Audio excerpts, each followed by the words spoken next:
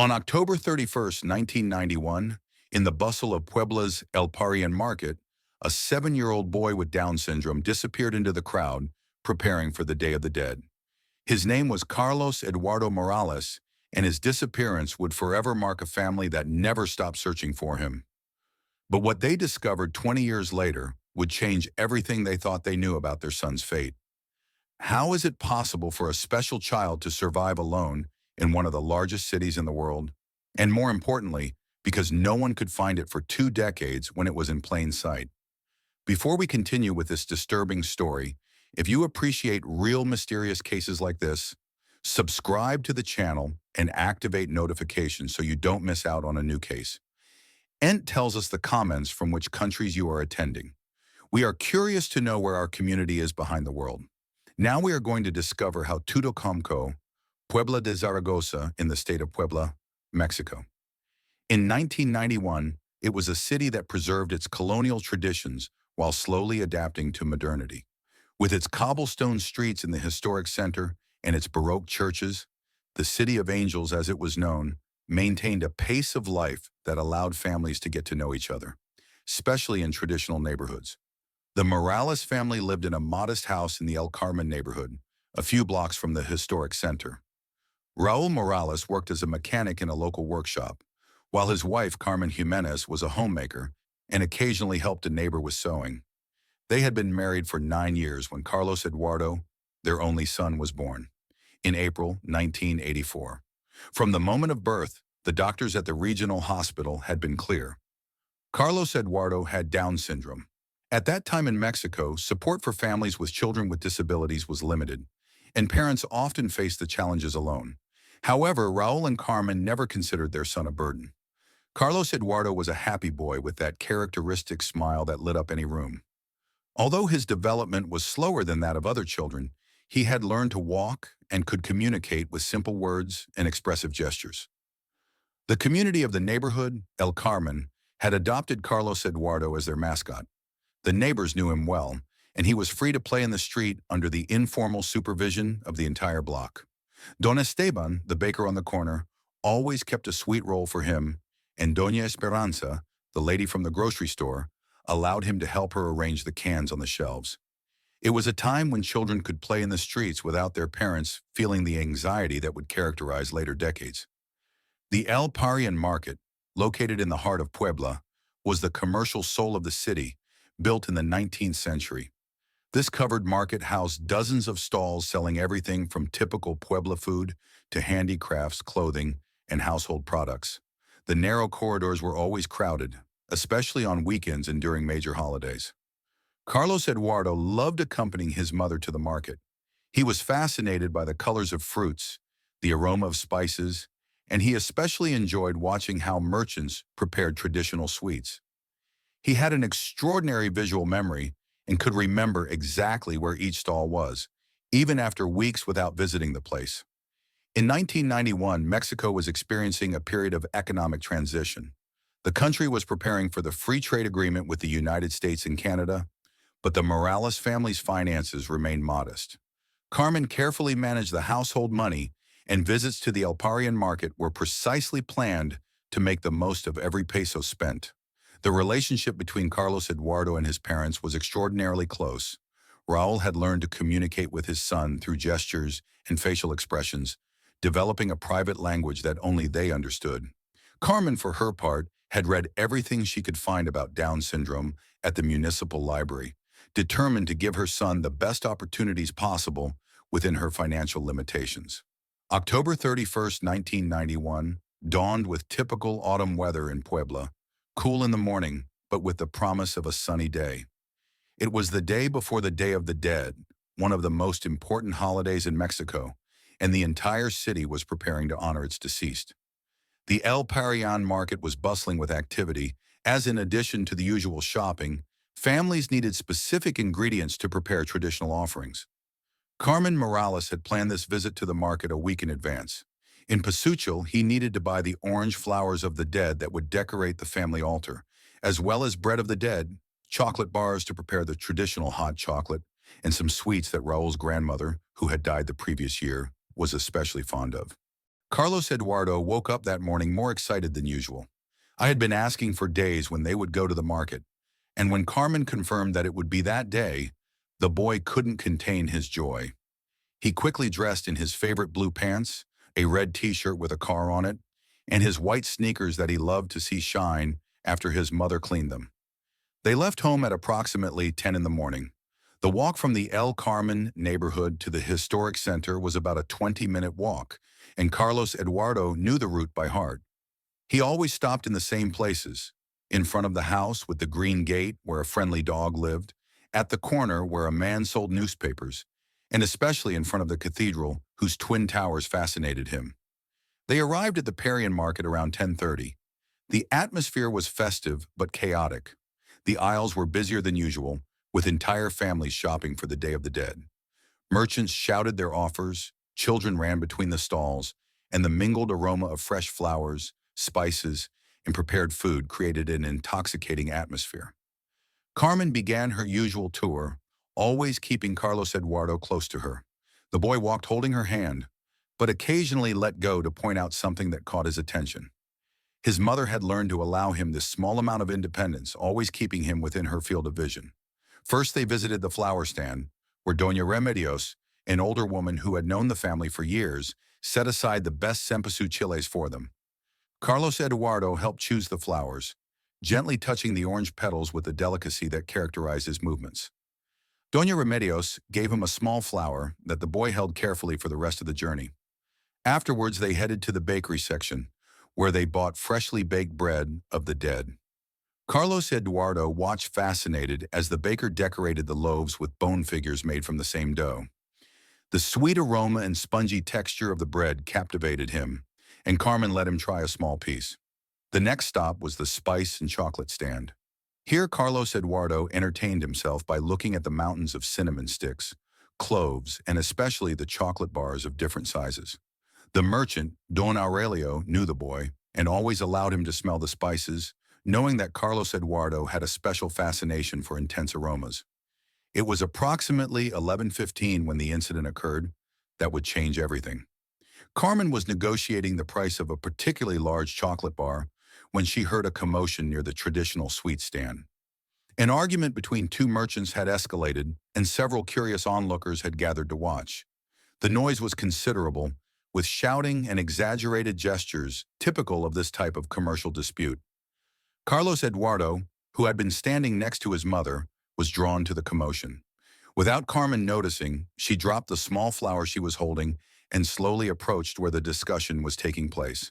His natural curiosity and tendency to be drawn to visually active situations prompted him to move. Carmen focused on the negotiation and, assuming that Carlos Eduardo was right behind her, as always, completed her purchase. When he turned around to show his son the chocolate bar, he discovered it wasn't there. His first reaction was mild annoyance, thinking the boy had been distracted by a nearby stall. Carlos Eduardo shouted using the firm but loving tone he used when the child strayed further than necessary. There was no response. He began walking toward the adjacent stalls, looking under the counters and asking familiar shopkeepers if they had seen his son. The next 10 minutes were the most distressing of Carmen Morales' life up to that point. He systematically walked through all the aisles of the market, shouting Carlos Eduardo's name with growing desperation. Several merchants joined the search, knowing the boy and understanding the seriousness of the situation. By 11:30, Carmen had decided she needed professional help. He ran to the nearest police station, located 3 blocks from the market. The officer on duty, Sergeant Lopez, took the complaint with the seriousness that the case deserved. By 12 noon, 4 police officers were combing the El Parian market and the surrounding streets. Meanwhile, Raul Morales had been located in his mechanic's workshop. When he received the news, he dropped everything and ran to the city center. His arrival marked the beginning of a more organized search. Raul knew better than anyone the places Carlos Eduardo liked most and directed the search toward places where the boy might have been attracted. The search continued throughout the afternoon of October 31st. All nearby public buildings were inspected. The cathedral where Carlos Eduardo used to be mesmerized by looking at the towers, the municipal library that had a section of books with drawings that he liked, and even the small park located 2 blocks from the market. No trace of the child appeared. The night of October 31st, 1991, was the longest in the Morales family's life. Carmen couldn't sleep, imagining her son scared and alone somewhere in the city. Raul organized neighbors and friends to continue the search through the night, using flashlights and calling Carlos Eduardo's name through the empty streets of Puebla. What none of them knew was that, at that moment, Carlos Eduardo was several kilometers away in a situation that no one could have imagined. The first few days after Carlos Eduardo's disappearance were a whirlwind of frantic activity and growing desperation. The Morales family turned their home into a makeshift operations center, from where they coordinated searches and then received any information that might lead to their son's whereabouts. November 1st, the Day of the Dead, was especially cruel for the family. While the rest of Puebla celebrated and honored their deceased, the Morales family lived the nightmare of not knowing whether their son was alive or dead. Carmen couldn't even put together the traditional offering. Every item she had bought at the Porian market the day before painfully reminded her of the last moments she had spent with Carlos Eduardo. The Puebla police, led by Commander Hernandez, implemented a search operation that extended throughout the city and its surrounding areas. The neighborhoods near the historic center were checked house by house. All merchants at the Parian market were questioned, and checkpoints were set up at the main exits to the city. Carlos Eduardo's most recent photograph, taken during his 7th birthday in April of that year, was distributed in all local media outlets. The case of Carlos Eduardo Morales quickly caught the attention of the Puebla press. The newspaper El Sol de Puebla dedicated its November 2nd front page to the case with the headline, "Searching for a Special Child Who Disappeared in the El Parian Market." Local radio also joined the campaign, broadcasting an hourly description of Carlos Eduardo and asking for public collaboration. The first few weeks were especially difficult because reports of sightings that turned out to be false alarms kept coming in. Someone had seen a child with similar characteristics at the bus station. Another witness claimed to have seen Carlos Eduardo near the university. An elderly woman swore she had seen the boy playing in a park across town. Each report sent the family and police on fruitless searches that only increased the anguish. Carmen Morales developed an obsessive routine during those first weeks. Every morning he visited all the places Carlos Eduardo had once been. The El Parian market, obviously, but also Don Esteban's store, the park where he used to play, and even more distant places like the Puebla Zoo, where they had once gone to celebrate the boy's birthday. He always carried a photograph with him and asked everyone he met if they had seen his son. Raul, for his part, kept his job at the auto repair shop, but his performance was severely affected. His classmates noticed that he was making mistakes he had never made before, and that he could spend hours staring into space, clearly lost in thoughts about his missing son. On weekends, he organized search expeditions that extended to nearby towns, following any clue, no matter how remote it seemed. The El Carmen neighborhood community turned out completely in support of the Morales family. Collections were organized to help cover the costs of the search, and shifts were set up to accompany Carmen on her daily rounds. Doña Esperanza, the grocery store owner, became a mother figure to Carmen, offering her food and emotional support during her most difficult times. After a month without any concrete news, authorities began to consider the possibility that Carlos Eduardo had been kidnapped. In 1991, Mexico began to experience an increase in kidnapping cases, although they primarily targeted upper-class individuals. However, police did not rule out the possibility that someone had taken the child with criminal intent. A line of investigation was opened that explored the possibility of child trafficking. At that time, there were criminal networks dedicated to kidnapping children to sell them for illegal adoption, especially to foreign couples seeking to adopt in countries like the United States. Carlos Eduardo's special status could paradoxically have made him less attractive to these types of criminals, but the police did not rule out any possibility. Another line of investigation focused on the possibility that Carlos Eduardo had been in an accident and was in an unidentified hospital or health center. Circulars were sent to all hospitals in the state of Puebla and neighboring states with the child's photograph and description.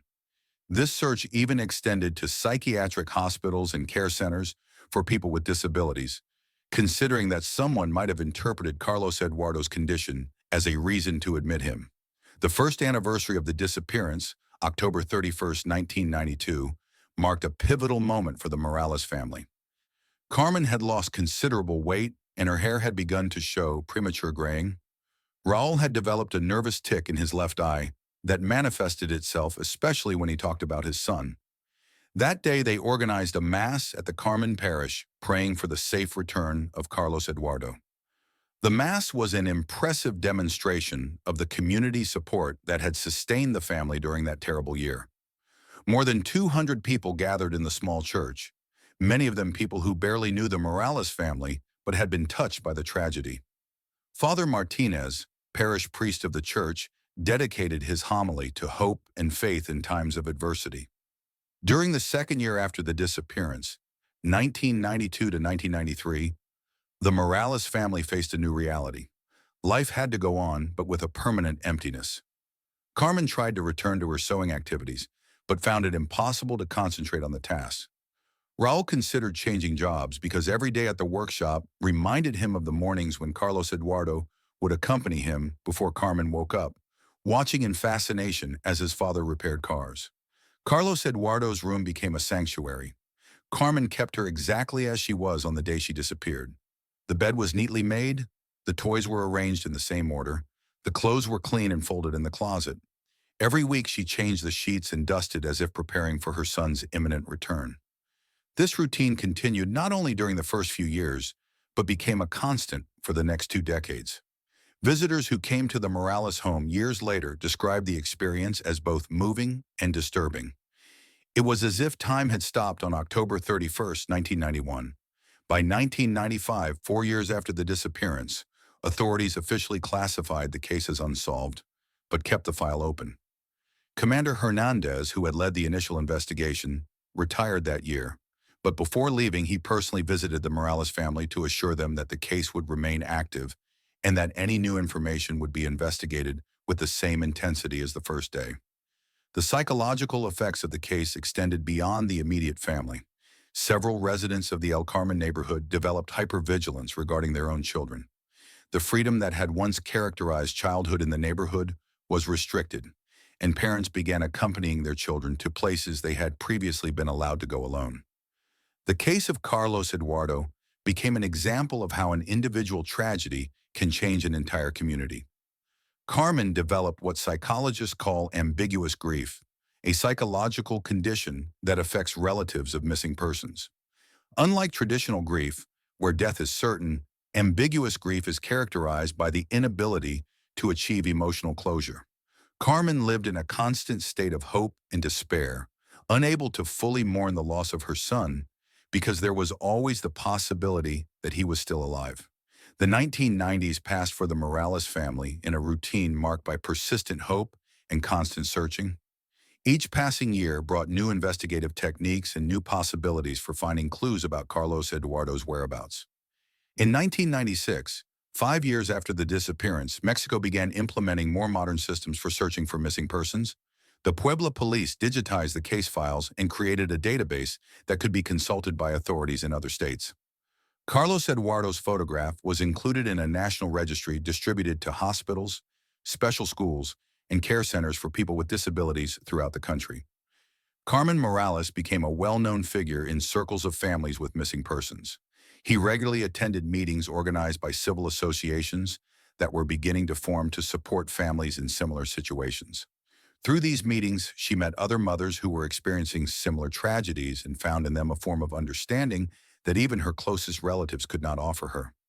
One of these mothers was Esperanza Ruiz, whose 15-year-old son had disappeared in Mexico City in 1994. Esperanza became Carmen's most constant search partner, and together they developed a systematic methodology for investigating any leads related to her missing children. On weekends, they traveled together to different cities, following reports of sightings or information that might be relevant. In 1998, a case similar to that of Carlos Eduardo occurred in the city of Cholula, a few kilometers from Puebla. An 8-year-old boy with an intellectual disability disappeared during a religious festival. This case revived media interest in Carlos Eduardo's disappearance, and for several weeks, local media outlets republished his photograph and details of the case. Carmen felt a mixture of hope and pain as she saw her story returning to public attention. The Cholula case was resolved after 3 days. The boy was found at the home of a neighboring family who, confused by his condition, had believed he was lost and decided to care for him without notifying the authorities. This positive outcome renewed Carmen's hopes, and she began to consider the possibility that something similar had happened to Carlos Eduardo. During 1999 and 2000, Carmen intensified her visits to care centers for people with disabilities throughout central Mexico. He had developed a theory that Carlos Eduardo could have been found by someone intentionally who had taken him to an institution without reporting the discovery to the authorities. This possibility, although remote, gave him a reason to continue the active search. Still, for his part, he had channeled his pain differently. She became involved in community safety activities in the El Carmen neighborhood, organizing neighborhood patrols and communication systems to prevent other children from disappearing. His personal experience made him a passionate advocate for child safety, and he frequently gave talks at local schools on prevention. The turn of the millennium in 2000 marked a full decade since Carlos Eduardo's disappearance. To commemorate this date, Carmen organized a vigil at the El Parian market, exactly where she had last seen her son. The vigil attracted national media attention, and for the first time, Carlos Eduardo's case was reported on national television. This national media exposure brought a flood of sighting reports from across the country. During 2001, Carmen and Raul traveled to more than 20 different cities following leads that seemed promising. They visited Guadalajara, where someone reported seeing a young man with Down syndrome who resembled Carlos Eduardo. They went to Oaxaca following a report from a social worker who believed she had identified the child at a care center. They even traveled to Tijuana, where a human rights organization informed them about a similar case. Each trip ended in disappointment, but it also strengthened Carmen's determination to continue searching. He had developed an almost supernatural ability to identify people with Down syndrome from a distance and could assess within seconds whether a possible sighting was worth investigating or not. In 2003, 12 years after the disappearance, an event occurred that seemed to offer the most promising lead to that point. A social worker from Mexico City contacted Carmen to inform her about a young man in his 20s who had been found living on the streets in the Doctores neighborhood. The young man had Down syndrome, did not know his real name, and had been in the informal care of a family of street vendors for several years. Carmen and Raul immediately traveled to Mexico City. The encounter with the young man was emotionally devastating. He was approximately the same age as Carlos Eduardo. He had Down syndrome, and his physical appearance bore certain similarities to what they had imagined their son would look like. However, after spending several hours with him, it was clear that he was not Carlos Eduardo. The young man had distinctive markings and features that did not match, and his behavior was very different from what they remembered their son to be. This experience was particularly difficult for Carmen because it was the first time in 12 years that she had genuinely believed she had found Carlos Eduardo.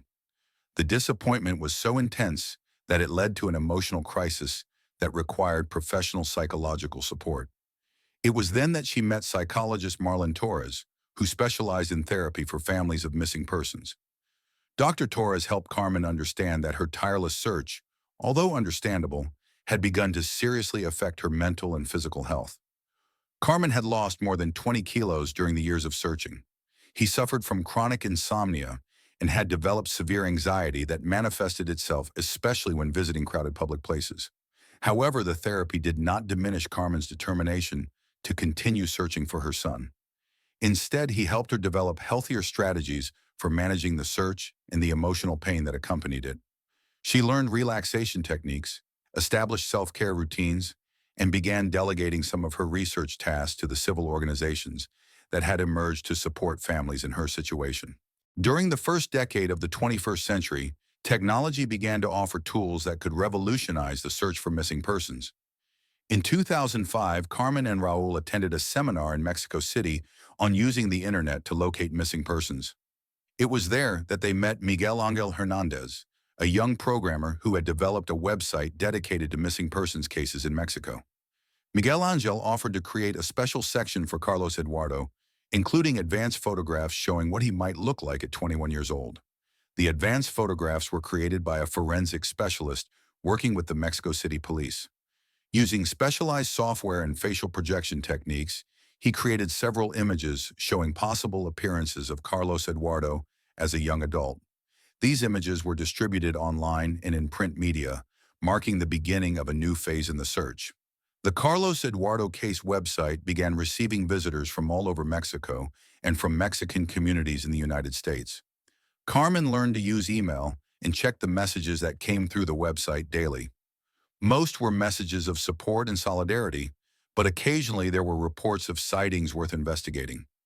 In 2007, 16 years after the disappearance, Carmen received an email that seemed especially promising. A woman from Guadalajara wrote to report that she had seen a young man who bore a striking resemblance to the advanced photographs of Carlos Eduardo. The young man worked as a helper in a bakery in downtown Guadalajara. According to the woman, he had Down syndrome and appeared to be in his early 20s. This report was different from the previous ones because it included very specific details: the exact address of the bakery, the name of the owner, and a detailed description of the young man's daily routine. The woman, who identified herself as a retired teacher, explained that she had seen the photographs online and that the similarities seemed too obvious to ignore. Carmen and Raul traveled to Guadalajara the following week. The San Jose Bakery was located in a popular area of downtown, surrounded by traditional shops and typical Guadalajara tenement houses. When they arrived, they discreetly asked for the young man they had come to look for. Don Roberto Mendoza, the owner of the bakery, was very kind in explaining the situation to them. The young man's name was Luis. He was approximately 23 years old and had come to work with him 5 years ago, recommended by the family that had created him. Luis lived with an elderly couple in a nearby house and was known throughout the neighborhood for his kindness and dedication to work. When Luis arrived at the bakery that afternoon, Carmen felt a mixture of hope and nervousness. The young man did indeed resemble the advanced photographs of Carlos Eduardo, but there was something about his way of moving and his facial expressions that was unfamiliar. Carmen had developed such a deep connection with Carlos Eduardo's every gesture and expression that she believed she could instinctively recognize him, even after so many years. The conversation with Luis was brief, but definitive. The young man clearly remembered his childhood in Guadalajara. He knew the family that had raised him since he was a child and had specific memories that proved he was not Carlos Eduardo. In addition, Don Roberto showed documents confirming Luis's identity and personal history. Once again, Carmen experienced family disappointment, but this time with a different feeling. After 16 years of searching, I had begun to develop a capacity for acceptance that I hadn't had before. Therapy with Dr. Torres had begun to bear fruit, and although the pain remained intense, Carmen had learned to process it in a healthier way. The return to Puebla from Guadalajara was especially reflective. Carmen and Raul spoke at length about their search and the possibility that they might never find answers. For the first time in years, Carmen expressed aloud the possibility that Carlos Eduardo had died the day he disappeared and that his body had simply never been found.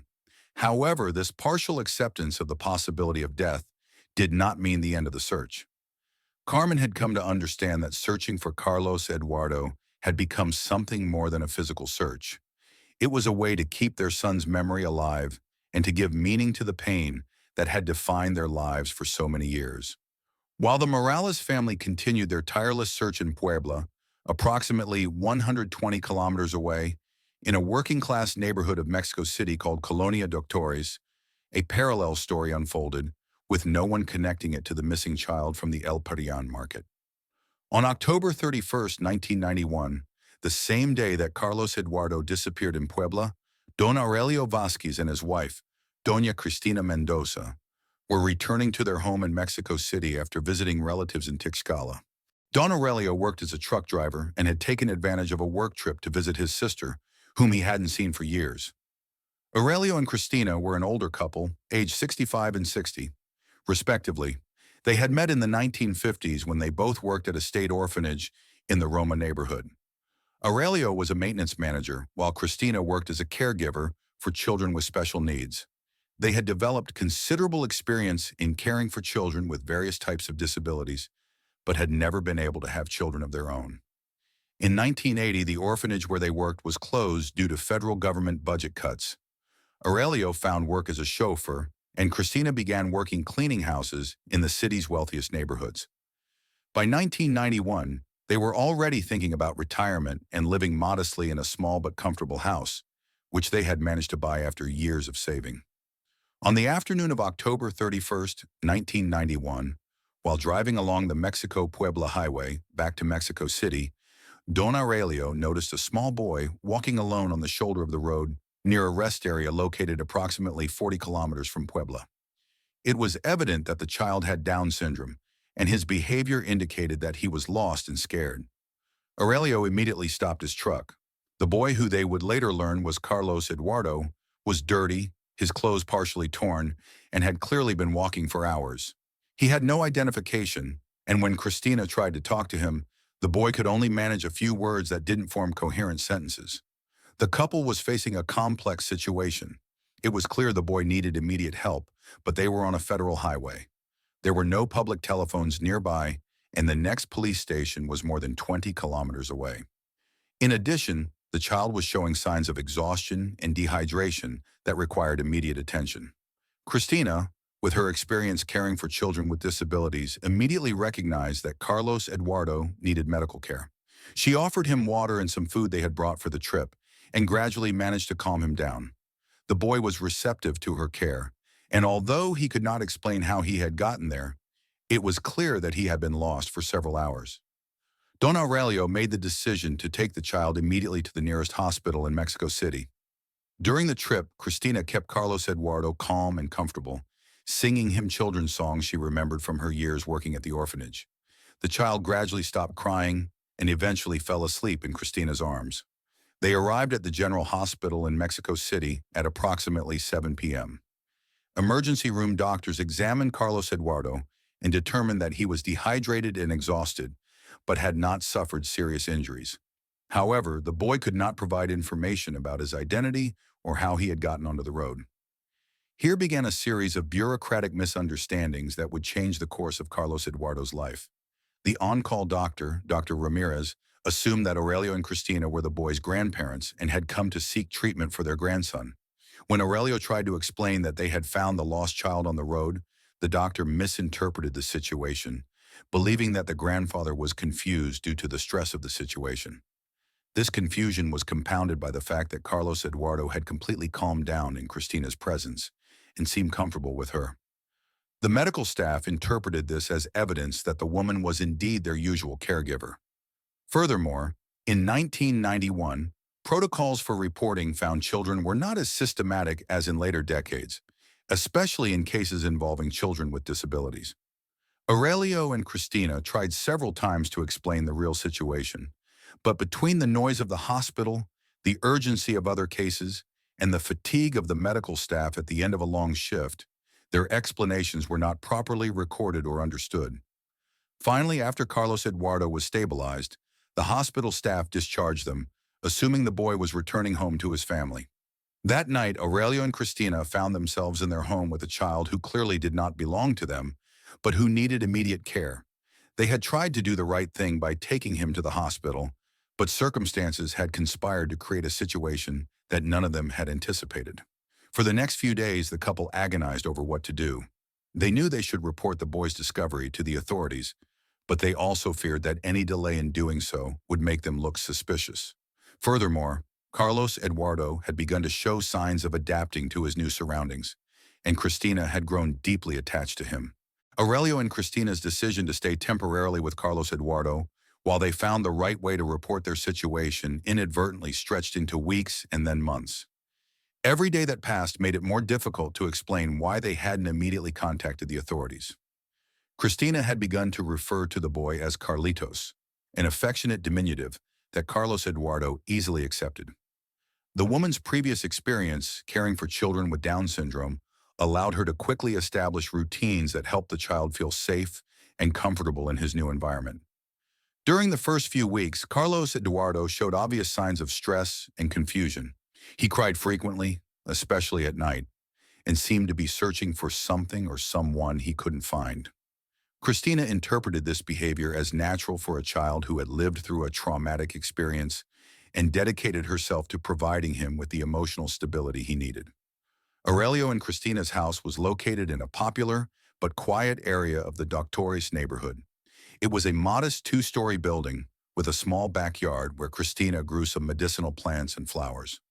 The neighborhood had a strong sense of community where neighbors knew each other and kept a watchful eye on children playing in the streets. Gradually, Carlos Eduardo began to explore his new surroundings. The house offered him something he had lost: predictability and security. Christina had established clear routines for meals, bathing, and sleeping, and these routines gave the child the structure he needed to begin processing his new reality. Aurelio and Christina's neighbors noticed the boy's presence, but the couple had simply explained that they were caring for a nephew who was experiencing family difficulties. At a time when extended families often took care of relatives in difficult situations, this explanation did not arouse suspicion. Don Aurelio adjusted his work schedule to spend more time at home, helping Christina with the care of Carlos Eduardo. There was something about the boy that touched the older man deeply. Perhaps Carlos Eduardo's vulnerable innocence reminded him of the many children he had met during his years in the orphanage. As the months passed, Carlos Eduardo began to show notable progress in his adaptation. His vocabulary, which had been limited when they found him, began to expand. Christina had infinite patience to teach him new words and concepts and used techniques she had learned during her professional years working with children with special needs. By the spring of 1992, 6 months after his arrival, Carlos Eduardo had developed a stable routine. He woke up early, helped Christina with simple household chores, such as setting the table and watering the plants, and spent the afternoons playing in the yard or accompanying Don Aurelio on small household repairs. It was during this period that the older couple made a decision that would permanently change their lives. They had tried several times to approach the authorities to report Carlos Eduardo's situation, but each time they considered it, complications arose that dissuaded them. On one occasion, they visited an office of the DIF, Comprehensive Family Development Agency, to inquire about the procedures for reporting a found child. However, the social worker who assisted them explained that the process would involve immediately removing the child from their care, while an investigation was conducted that could last months. He also warned them that they could face charges for not immediately reporting the discovery of the child. This information terrified Aurelio and Christina. They had seen how Carlos Eduardo had flourished under their care, and the idea of him being placed in an institutional setting while his situation was resolved seemed cruel and unnecessary. In addition, the boy had begun calling Christina grandma and Aurelio grandpa, and clearly saw them as his family. It was then that they made the conscious decision to keep Carlos Eduardo as part of their family, at least until they found a way to resolve his situation without re-traumatizing him. This decision was not taken lightly. They spent entire nights discussing the ethical and legal implications of their actions. However, there was one factor that profoundly influenced his decision. Both had worked for decades in the state childcare system and had seen firsthand the shortcomings and problems that characterize Mexican institutions for children with disabilities in the 1990s. They knew that Carlos Eduardo's chances of receiving the specialized care and love he needed were much lower in the institutional system than at home.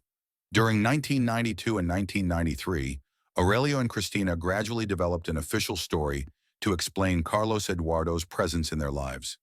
They decided that he would be known as Carlos Vasquez, adopting Don Aurelio's surname, and that he would be presented as his grandson, the son of a fictitious son who had died in an accident. This story was carefully constructed to be simple yet believable. According to the narrative they developed, their son Miguel had died in a work accident when Carlos Eduardo was 6 years old, and the boy's mother had abandoned the family shortly after. Aurelio and Christina had taken on the care of their grandson out of necessity and love. The story worked because it was emotionally resonant and explained why a child with Down syndrome was being raised by an older couple with experience in special care. Neighbors and acquaintances accepted the narrative without question, especially because they could clearly see the genuine love that existed between the couple and the child. To make the story more convincing, Christina began teaching Carlos Eduardo details about her supposed family history. He showed him photographs of Aurelio's royal family, explaining that these were his relatives. And gradually the child began to incorporate these elements into his own understanding of his identity. This process was not manipulative or cruel. Carlos Eduardo was only 7 years old when he came to live with them, and his memory of his previous life was fragmentary and confusing. For him, Aurelio and Cristina genuinely became his grandparents, and the house in the Doctores neighborhood became his real home.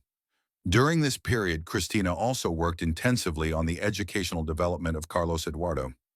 Using methods he had learned during his professional years, he taught her basic reading and writing skills tailored to her abilities.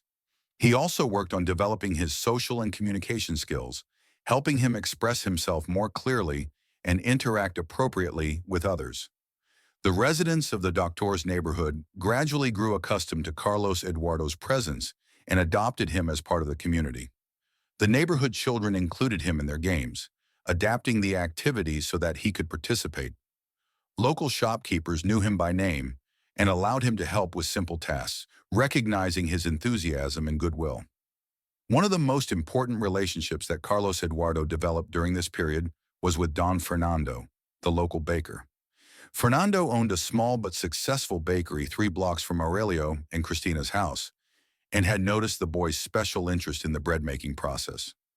Don Fernando began allowing Carlos Eduardo to observe him at work and gradually taught him simple tasks such as cleaning trays and organizing ingredients.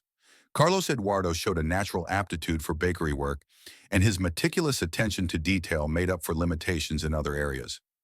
By 1995, 4 years after his arrival, Carlos Eduardo had become an integral member of the Doctores neighborhood community. He knew all the neighbors by name. She had specific responsibilities in Aurelio and Cristina's home, and had developed skills that allowed her to contribute significantly to family and community life. The years passed peacefully for Carlos Eduardo in Mexico City, while in Puebla, his biological family continued their tireless search.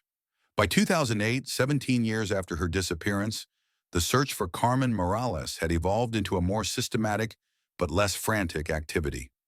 Carmen had developed a network of contacts throughout Mexico through organizations for families of missing persons and maintained regular correspondence with mothers in similar situations. He had also learned to use the internet in a more sophisticated way, monitoring websites, emerging social media networks, and government databases for any information that might be linked to Carlos Eduardo. It was during one of these internet searches that Carmen found something that would change the course of her research. In 2008, a non-governmental organization dedicated to family reunification created an online database that included photographs and descriptions of people with disabilities living in care facilities or informal adoption situations. The database was created in response to the recognition that many people with disabilities had been separated from their families during economic crises, natural disasters, or situations of violence, and often ended up in informal care without their biological families knowing where they were. Carmen meticulously reviewed this database every week, examining each photograph and reading each description for any similarity to Carlos Eduardo.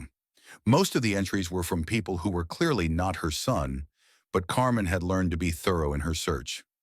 In March 2008, a new entry appeared in the database that brought Carmen to an abrupt halt.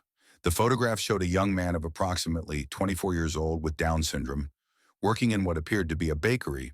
The young man had facial features that Carmen found vaguely familiar, and the description indicated that he lived with an older couple in Mexico City. What caught Carmen's attention most was a specific detail mentioned in the description. The young man had a small scar on his forehead as a result of a fall during childhood. Carlos Eduardo had exactly the same scar, the result of an accident when he was 5 years old while playing in the yard of his house in Puebla. Carmen immediately contacted the organization that had published the information. They explained that the entry had been submitted by a social worker who had visited the Doctores neighborhood as part of an informal census of people with disabilities living in unofficial care situations. Social worker Patricia Ruiz had noticed that the young man was living with an older couple who were clearly not his biological parents. Although the relationship between them seemed to be genuinely loving and stable, he had entered the information into the database as part of his routine work, unaware that it might be related to a missing person. Carmen obtained Ms. Ruiz's contact information and called her immediately. During a telephone conversation that lasted more than an hour, Carmen described in detail Carlos Eduardo's physical characteristics, his personality, and the circumstances of his disappearance. Ms. Ruiz confirmed that many of these details coincided with her observations of the young man in the doctor's neighborhood. However, Ms. Ruiz also warned Carmen that she should proceed with extreme caution. The young man appeared to be living a stable and happy life, and any investigation would have to be handled in a way that would not disrupt his psychological well-being. Furthermore, the couple caring for him seemed genuinely loving and dedicated, suggesting that the situation was complex and not necessarily malicious.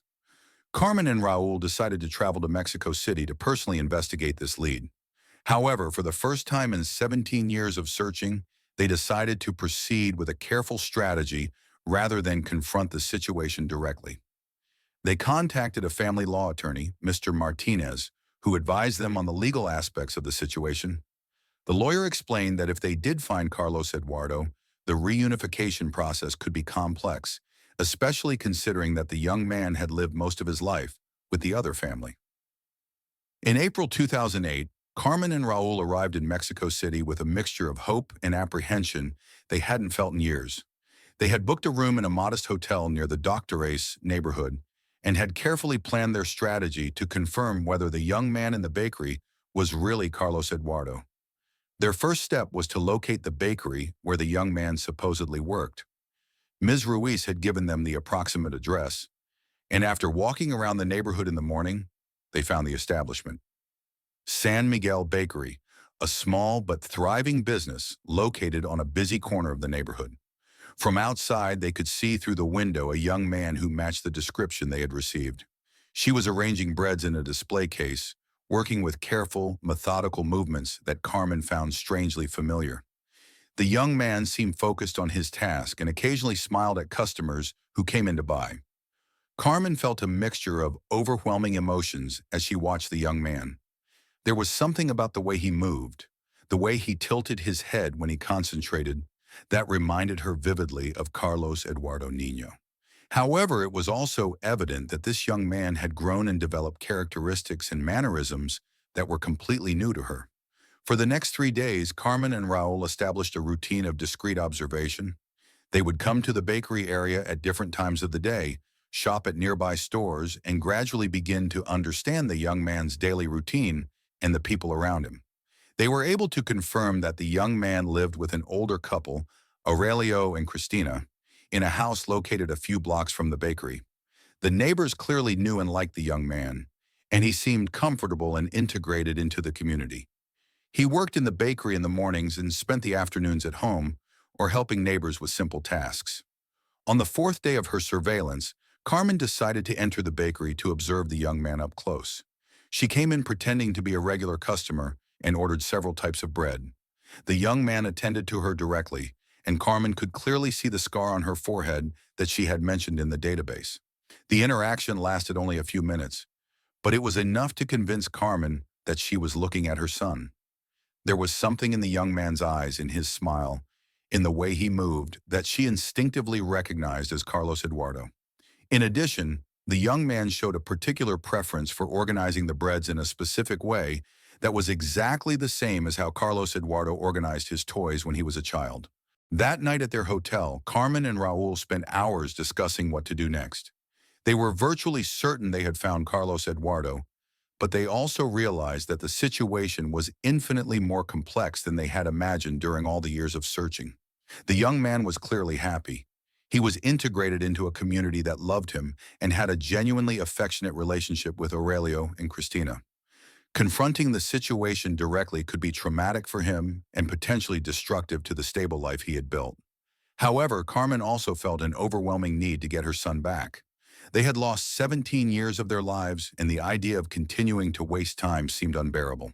Furthermore, they had a legal right to their son, and Aurelio and Cristina, no matter how well-intentioned, had kept Carlos Eduardo separated from his biological family for nearly 2 decades.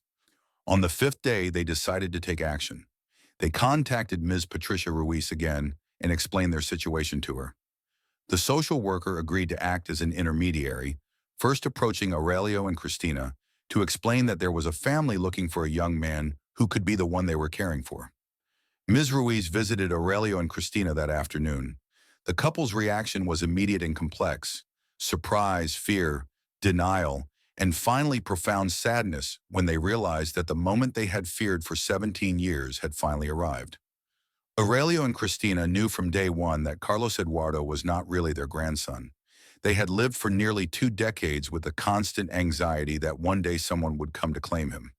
However, they had also come to genuinely love him as if he were their own grandson, and the thought of losing him was devastating. The confrontation between the two families, who had loved Carlos Eduardo during different periods of his life, was scheduled to take place at the DIF offices under the supervision of professional social workers and with the Morales family's attorney present. On April 15, 2008, exactly 17 years and 5 months after Carlos Eduardo disappeared from the El Parian market, all parties involved met for the first time. Carlos Eduardo, now 24, and known as Carlos Vasquez for most of his life, had not been fully informed about the purpose of the meeting. Carmen Morales entered the meeting room with a mixture of nervousness and anticipation that had been building for nearly 2 decades. When she saw Carlos Eduardo sitting between Aurelio and Cristina, her reaction was immediate and uncontrollable. He began to cry as he repeated, "It's him! It's my son! It's Carlos Eduardo!" Carlos Eduardo's reaction was one of confusion and mild fear. He didn't remember Carmen, and her presence clearly disturbed him. He moved closer to Cristina, seeking the security and familiarity she represented. It was evident that, to him, Aurelio and Cristina were his real family, and this unknown woman crying and calling him by a different name was an intruder in his stable world. Raul Morales, for his part, observed the scene with a mixture of joy and pain. He could clearly see that this young man was his son, but it was also evident that Carlos Eduardo didn't recognize them and felt more comfortable with the couple who had created him. For Raul, this realization was devastating. They had found their son, but they had lost 17 years of a relationship they could never recover. The social worker in charge of the meeting, Esperanza Torres, had carefully prepared the encounter to minimize the trauma for Carlos Eduardo. She explained the situation slowly, using simple terms he could understand. She told him that Carmen and Raul was his first parent and that they had been searching for him for a long time because they loved him. Carlos Eduardo listened to the explanation attentively, but it was clear he was having difficulty processing the information. He had lived for more than 2/3 of his life believing that Aurelio and Cristina were his grandparents and that his parents were dead. The idea that he had another family who had been searching for him was too complex for him to grasp immediately. During this meeting, Aurelio Vasquez made a decision that would define the rest of the process. With tears in his eyes, he explained how they had found Carlos Eduardo on the road, how they had tried to do the right thing, and how circumstances had conspired to create the situation they found themselves in.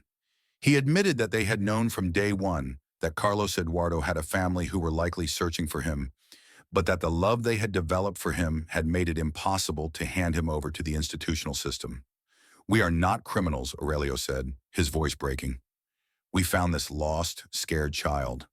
We did what we thought was best for him. Maybe we were wrong not to report it immediately, but we were never wrong to love him as if he were our own grandson." Cristina, for her part, spoke directly to Carmen Morales. "Ma'am, I know you are his real mother, and I know the pain he has experienced all these years. We take care of Carlitos with all our love, but we always knew that one day this could happen. He is a good, hard-working, and happy boy. Whatever we decide has to be what's best for him." Aurelio and Cristina's honesty and vulnerability deeply impacted Carmen and Raul. They had come to this meeting prepared to confront kidnappers or malicious individuals, but they found themselves facing an older couple who had dedicated 17 years of their lives to caring for and loving their son. The situation was infinitely more complex than they had imagined. Carlos Eduardo, observing the tension and emotions of the adults around him, began to show signs of agitation. Cristina, recognizing the signs, immediately began to calm him down, using techniques she had developed over years of caregiving. Carmen watched fascinated as this woman knew exactly what to do to reassure her son, while she felt completely disconnected from Carlos Eduardo's current needs. Ms. Torres proposed a gradual approach to the transition.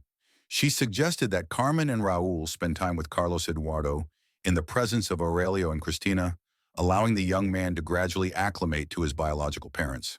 She also recommended psychological evaluations to determine the best course of action for Carlos Eduardo's well-being. Over the next 2 weeks, a supervised visitation schedule was established.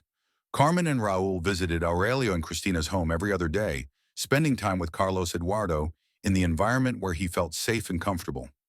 Gradually, Carlos Eduardo began to relax in the presence of his biological parents, although he continued to show a clear preference for Aurelio and Christina. It was during one of these visits that the moment occurred that would change everything. Carmen had brought photographs of Carlos Eduardo as a child, hoping they might spark some memories. When she showed him a photograph of him playing in the yard of their home in Puebla, Carlos Eduardo stared at it for several minutes. Slowly, he began to point out elements in the photograph. A specific tree, a toy that resembled the texture of the cement floor. Although he didn't recover specific memories of his parents, it was evident that something in the images felt familiar. For the first time since their reunion, Carlos Eduardo showed curiosity about his former life. Carmen took advantage of this moment to tell him stories about his childhood, how he liked to help her in the kitchen, how he played with a neighborhood dog, how excited he became when they visited the Parian market. Carlos Eduardo listened to these stories with increasing attention and occasionally asked questions or showed recognition of specific details. The most moving moment came when Carmen showed him the room she had kept exactly as it had been on the day of her disappearance. They had brought photographs of the room, and when Carlos Eduardo saw them, his reaction was immediate and profound. Although he couldn't verbalize specific memories, it was evident that something in the images touched deep, emotional recollections. The process of reuniting Carlos Eduardo with his biological family extended over several months under the constant supervision of social workers and psychologists specializing in family reintegration cases. The emotional and logistical complexity. The situation required a careful approach that considered the well-being of all parties involved. In June 2008, after 2 months of gradual visits and psychological evaluations, the decision was made that Carlos Eduardo would return to live with Carmen and Raul in Puebla. However, this decision was accompanied by a unique agreement that reflected the complex reality of the situation. Aurelio and Cristina would remain an active part of Carlos Eduardo's life. A regular visitation schedule was established that would allow for the continued affectionate relationship he had developed with them over 17 years. In addition, Carlos Eduardo would spend extended periods in Mexico City, especially during vacations, to maintain his connection with the community of the Doctores neighborhood, which had been his home for most of his life. The return to Puebla was emotionally intense for the entire Morales family. The El Carmen neighborhood, which had kept Carlos Eduardo's memory alive for almost 2 decades, greeted his return as a miracle. The neighbors, who had known him as a child, were now faced with a young adult who retained some familiar characteristics, but who he was also fundamentally different from the person they remembered. Carmen had to learn to be a mother to a young adult with Down syndrome, who had his own routines, preferences, and fully developed personality. She couldn't simply pick up the relationship where she had left off in 1991. She had to build a new relationship based on who Carlos Eduardo was now, not who he had been as a 7-year-old. Carlos Eduardo, for his part, showed a remarkable ability to adapt to his new situation. Although he initially felt overwhelmed by the change, he gradually began to develop affection for Carmen and Raul. Genetics and deep family ties seemed to facilitate this reconnection, though it never fully replaced his love for Aurelio and Cristina. One of the most successful adjustments was Carlos Eduardo's continued job in baking. Carmen and Raul found a local bakery in Puebla, where Carlos Eduardo was able to apply the skills he had developed during his years in Mexico City. The job provided continuity and purpose, crucial elements for his emotional well-being during the transition. The house in the El Carmen neighborhood was gradually adapted to accommodate Carlos Eduardo's needs and preferences. As an adult, the room that had been maintained as a sanctuary was renovated to reflect their current tastes. Although Carmen retained some elements from her childhood as reminders of the lost years, Raul developed an especially close relationship with Carlos Eduardo through practical projects and manual labor. They discovered they shared an aptitude for repairs and construction and would spend hours working together on small household projects. This shared activity allowed them to develop a form of communication that transcended words and created genuine emotional bonds. By November 2008, a year after the initial reunion, the family had established a new normal. Carlos Eduardo divided his time between Puebla and Mexico City, maintaining meaningful relationships with both families. He had developed a clear understanding of his story. He understood that Carmen and Raul were his biological parents who had lost and searched for him for years, and that Aurelio and Cristina were the people who had cared for and loved him growing up. The Puebla community also had to process the complexity of the situation. Some people expressed resentment toward Aurelio and Cristina for having held Carlos Eduardo hostage for so many years. However, Carmen and Raul consistently defended the older couple, explaining that they had provided Carlos Eduardo with the love and care he needed during critical years of his development. The case of Carlos Eduardo Morales became a case study for social workers and family reunification specialists. It demonstrated the importance of flexible approaches focused on the well-being of the missing person, especially in cases involving people with disabilities and extended periods of separation. By 2011, 3 years after reunification, Carlos Eduardo had developed a full life that incorporated elements of both families and communities that had loved him. He worked full-time at the bakery in Puebla.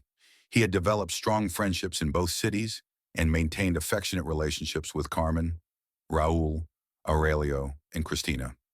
Carmen Morales, after decades of obsessive searching, had finally found peace. Although she would never recover the lost years with her son, she had learned to value the present time and appreciate the people who had cared for him.